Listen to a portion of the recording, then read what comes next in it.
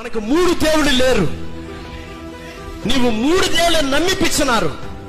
దుర్బోధని చెప్పి నీ విశ్వాసాన్ని పాడు చేసేదానికి అది దయ్యపు బోధ. మన దేవుడు ఒక్కడే దేవుడు. ఆదియు నేనే, అంతము నేనే, ప్రారంభము నేనే, ముగింపు నేనే అన్నాడు ఆయన. ముందున్న వాడినే ఇప్పుడు ఉన్నానన్నాడు.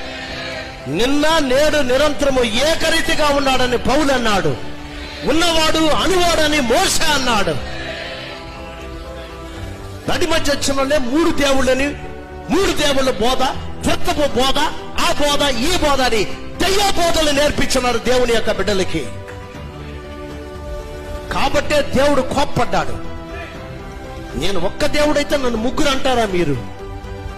దీనికి మళ్ళా బైబిల్ కాలేజీలు,